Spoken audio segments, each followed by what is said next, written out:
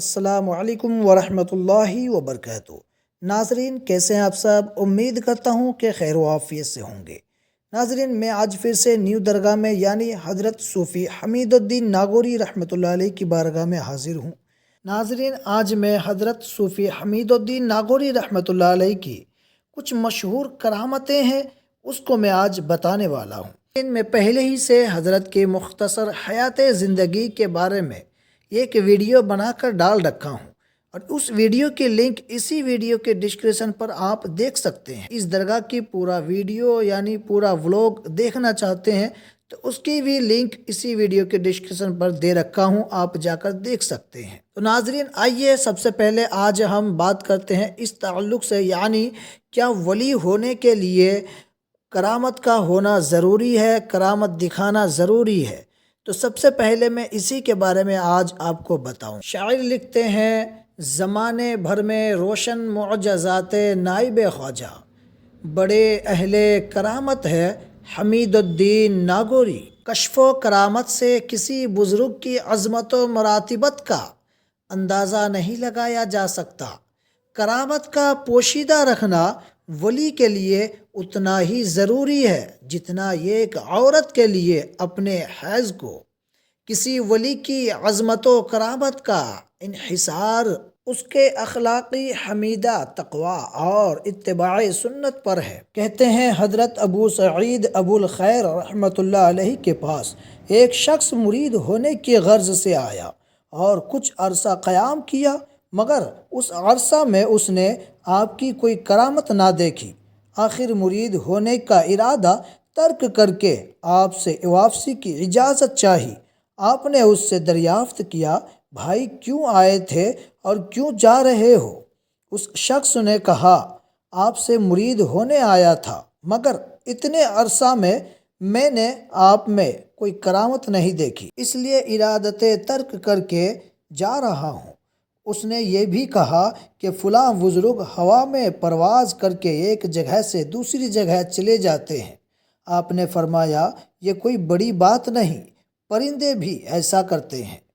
اس نے کہا، فلاں بزرگ دریا پر اپنا مسلح بچھا کر ایک کنارے سے دوسرے کنارے تک پہنچ جاتے ہیں۔ آپ نے فرمایا، ٹنکے بھی پانی میں بہہ کر ایک مقام سے دوسرے مقام تک پہنچ جاتے ہیں۔ آپ نے اس سے دریافت فرمایا، کیا تم نے اس عرصہ میں میرا کوئی فعل خلاف شرع دیکھا؟ اس نے کہا، نہیں۔ آپ نے فرمایا، یہی میری سب سے بڑی کرامت ہے، لیکن اس حقیقت سے بھی انکار نہیں کیا جا سکتا کہ خداوند قدوس اپنے اولیاء کو یہ نعمت بھی ودیعت فرماتا ہے۔ وہ اس نعمت کے اخفاء میں بے حد اہتمام کرتے ہیں، مگر پھر بھی داستہ یا ناداستہ طور پر ان سے کوئی چیز ظاہر ہو جاتی ہے۔ حضرت سلطان التارکین صوفی حمید الدین ناگوری رحمۃ اللہ علیہ کی حیات طیبہ میں بھی ہمیں خرق عادت کے واقعات ملتے ہیں جو ان کی کرامت پر دلالت کرتے ہیں۔ ان میں سے چند ہدیہ ناظرین ہے۔ قصبہ ناغور میں ایک ہندو تھا جس کے متعلق آپ فرمایا کرتے تھے کہ یہ صاحب ولایت و نعمت ہے، کیونکہ کرامت کو عقلی دلائل سے سمجھنا ناممکن ہے۔ اس لیے سامعین کو تعجب ہوتا کہ ایک کافر کو آپ ولی فرماتے ہیں، مگر ایسا ہی ہوا جیسا آپ نے فرمایا تھا۔